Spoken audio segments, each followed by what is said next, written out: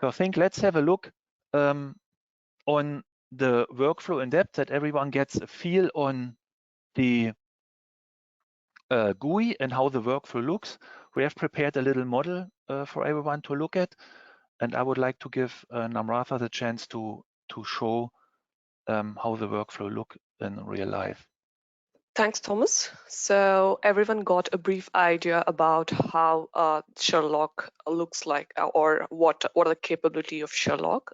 So now let's have a look at a general example wherein a general board like this, which has components like the capacitors, ICs, connectors, resistors sitting on them.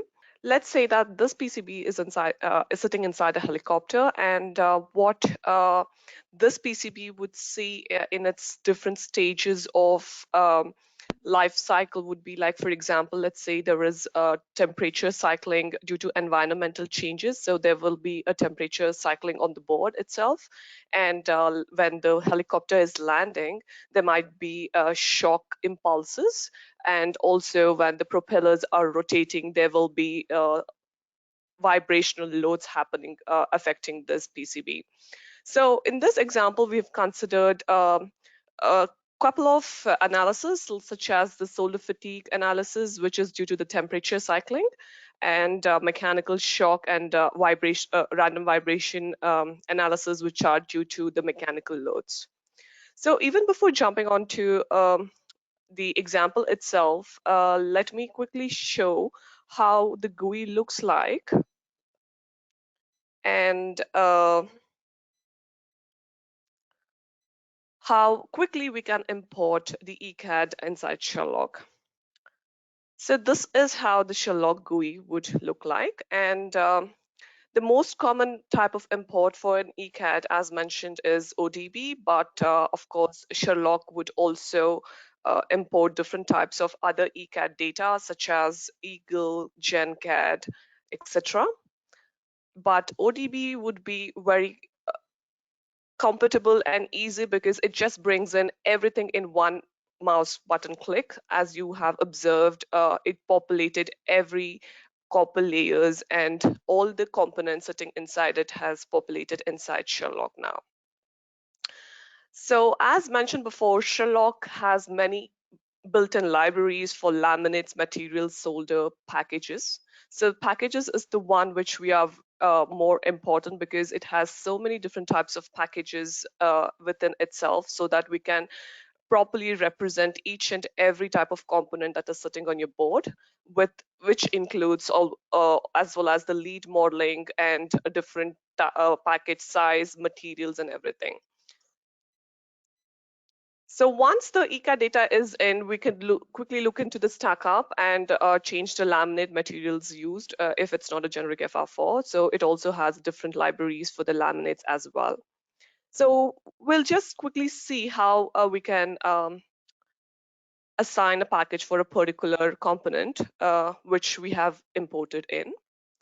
So for example, this particular component is a capacitor, and it is from TMC. Just having a quick look into the data sheet. This is TMC 1CB. So TMC 1CB. So the case or the packet size is 3528, and going to the corresponding length and width, we can then kind of assign the package for this particular capacitor. So what we can quickly do is we can go to that particular component and then choose the package from the library itself. So I know that this is a C-band, and also the material is tantalum.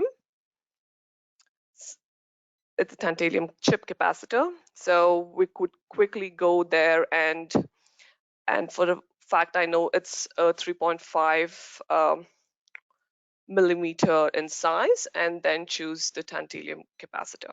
So once if you use this package, you could see that it will quickly populate everything which is responsible for the package, and as well as in terms of the leads.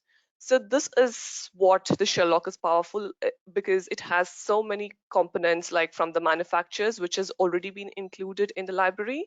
And as a user, if we check that particular package, and everything gets populated so that we are modeling each and everything on all the components that are sitting on your board. So it also allows, if the part number is same, you could update and save for each and every part number. So this is this is like one of the best thing that Sherlock would offer you. So after this, I would like to switch on to my example slide, or the example that we considered, and go through the workflow here. So what we do is, once I show the importing of the ECAT, once that is imported, we would need to define the lifecycle goals for the particular board. So we always give the reliability metrics as to how much reliable you want your board to be, and also the service lifetime of the board. Once this is defined as your goal, we will then need to go into different types of phases as to what the PCB would see. So as I mentioned, there might be a different temperature cycles on the PCB due to environmental effect. So I have a phase which is called as environment. And then I said that there would be a landing shock. So I have a shock event under the flight landing, telling that, okay, this event will occur for briefly 11 milliseconds. And let's say the helicopter is landing 3 times. So we have this event repeating 3 times in a day. So we need to import these loads into Sherlock. And finally, let's say the propeller vibration, which is due to the rotation of the propellers and the vibration loads acting in the 3 different types of axes like X, Y, Z. So we need to bring in all this inside Sherlock. So these are the inputs that we provide to Sherlock. And of course, the ECAD is the initial thing that we import. So once everything is defined here as the input, what we could also see is how my board would now look like when all the packages of the components have been included. So this is how my board would look like in 3D, wherein I have assigned all the package materials for different components sitting on the board, as well as enabling the leads in order to model each and every component correctly. And so that every aspect of physics is taken into consideration when you're doing the analysis, like the materials, the thickness, and the type of leads or the solder models that's been used. So after this is done, the next step would be to actually define how the board is held, or to give the mounting points. So generally, this board would be held somewhere inside a case or a package. We would need to define the mount points. And for this particular instance, we have defined the mount points on the corners as shown here by the black circles. So that means that this board is being held on the corners, and it has been constrained in all the directions in X, Y, and Z, so that it is held firmly. Once this is taken care of, and all the inputs for the particular scenario is brought into Sherlock, what we do is we run an analysis. So here we can see that this provides different analysis in Sherlock. And first, as I said, I will go through the temperature cycling and the temperature cycling due to solder fatigue. So the solder joints would provide mechanical and thermal connections between the components and the PCB. And due to change in the temperature on the board, the solder joints will either expand or contract. In this particular scenario, we have considered this temperature profile, which actually goes from 10 to 60 degrees and cycles between this temperature for almost a time of 24 hours. And we will see what effect of this temperature cycling will have on this particular board. So I would run this analysis as it is and check the temperature cycle for this particular board. And as we know, the thermomechanical solder joint fatigue is influenced by the temperatures itself, the maximum and minimum temperatures, and the solder joint geometry, as well as the solder types. We will now see how my results of this analysis will look like. So this is what the Sherlock gives. So this is the life cycle curve of the board for solder fatigue analysis. Initially, we said that we need to set the goal. Like we set like for 20% of probability of failure, and the lifetime of the board I defined as 5 years. So the blank box here will then give the set goal, and the red curve here will represent how your life cycle of the board is for the solder fatigue analysis. So from this, we can get to know that the board is failing around 4 to 5 years. And now the Sherlock also tells us which are the components that are failing for these analyses. So this gives a table of components wherein it gives the time to failure, the cycle to failure, and also highlights which components are failing in the red. And the green ones are the ones which are passing through the test. So from this, we see that U1 and U2 are failing for solder fatigue analysis. And let's just go into the parts and check what type of solder U1 and U2 have been used. So we just can go and select multiple components together and look at the properties. And from here, I see that the solder material used is a lead-free solder.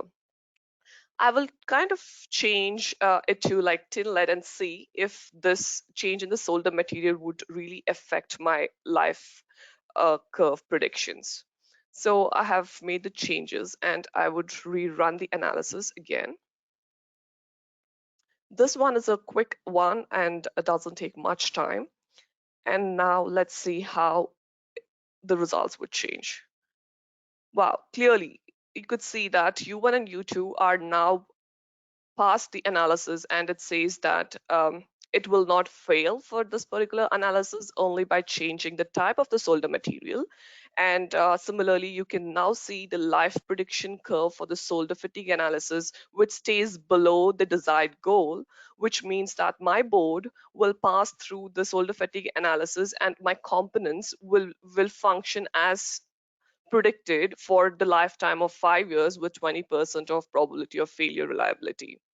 So this is very cool, right? I mean, you could quickly change the solder material. You could see that by just keeping everything else same and changing the solder material itself had an impact on your results, and which improved the life cycle of the board itself. So this is the advantage of having simulations in place.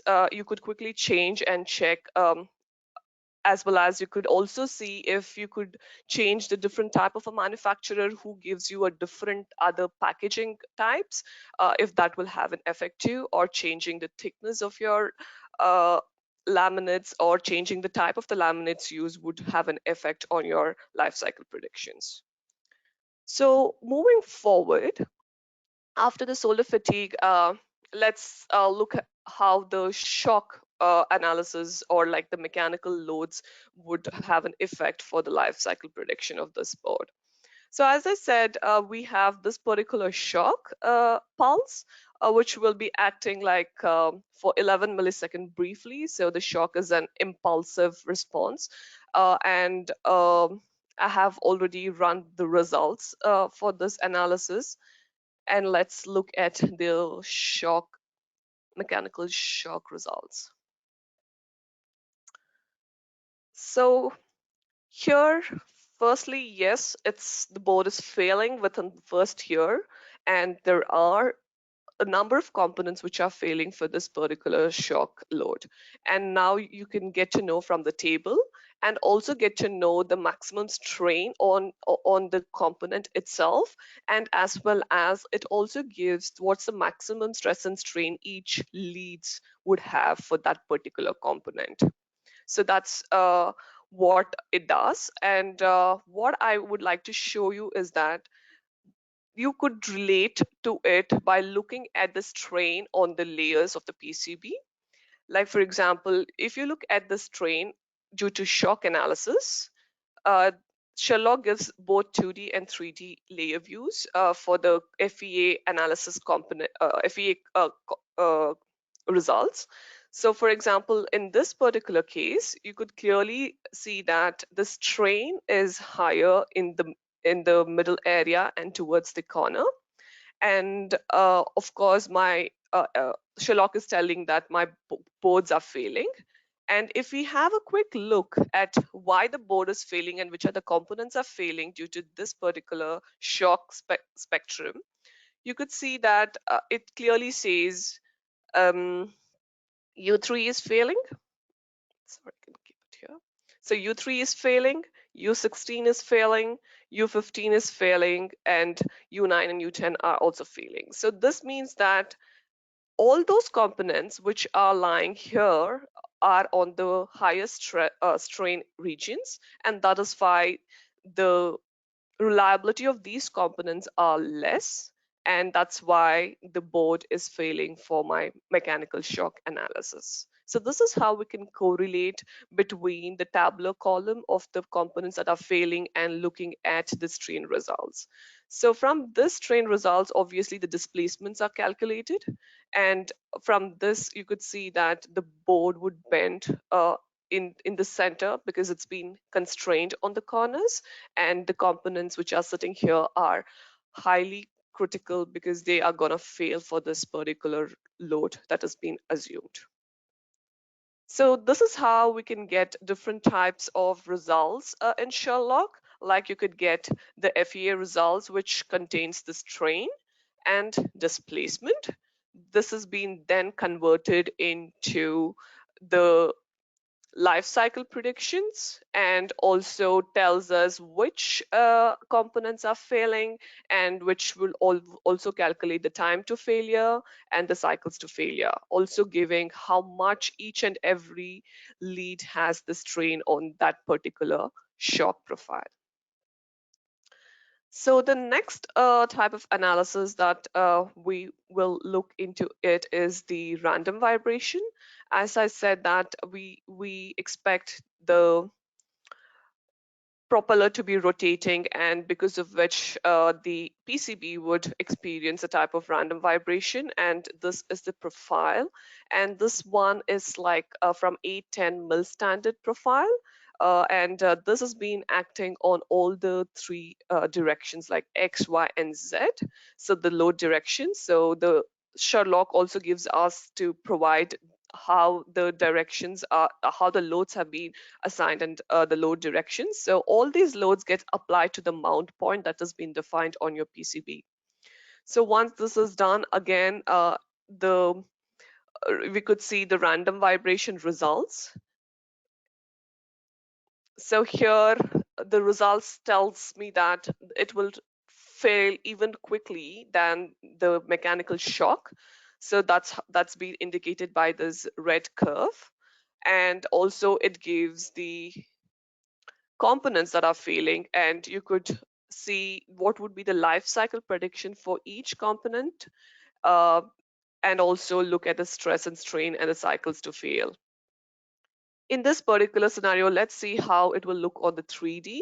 So as I mentioned that you could also see the effect of the FEA results on in the 3D viewer. And this is the strain due to the random vibration analysis. And clearly you could see the strain here, which is more. And also you could see how the board gets displaced due to this particular stress and strain for random vibration analysis.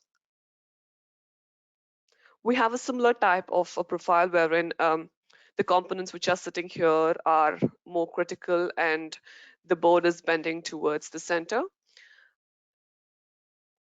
And also from this, we can predict what would be the life cycle of the board itself. So similarly, we have for each analysis type, like the mechanical shock, you get the life cycle prediction curve. For the solder fatigue, you get the life cycle prediction curve. So what Sherlock now does is it combines all the physics, and then you could say, what is my life cycle of the entire board for both the thermal and mechanical loads? So this would then give the entire picture of the combined physics. Initially, we saw that the solder fatigue was failing, so it was somewhere here, but we improved the solder fatigue by changing the solder material, and of course, it was passing the analysis. But then we saw that for the mechanical shock, it failed. It was between less than 1 year. And then again for the random vibration, it just failed within 1 year itself. So this gives us the entire picture that this board would then fail for both the mechanical and thermal loads, because it is there are certain components which are being very weak, and they would probably fail for the assumed reliability conditions. And that's how, for a user, you could get to know which are the critical components and where those need to be placed, looking at your FEA results as to where my strain is higher or where my strain is lower. So you could then quickly check that and then place those or change them depending upon different package types.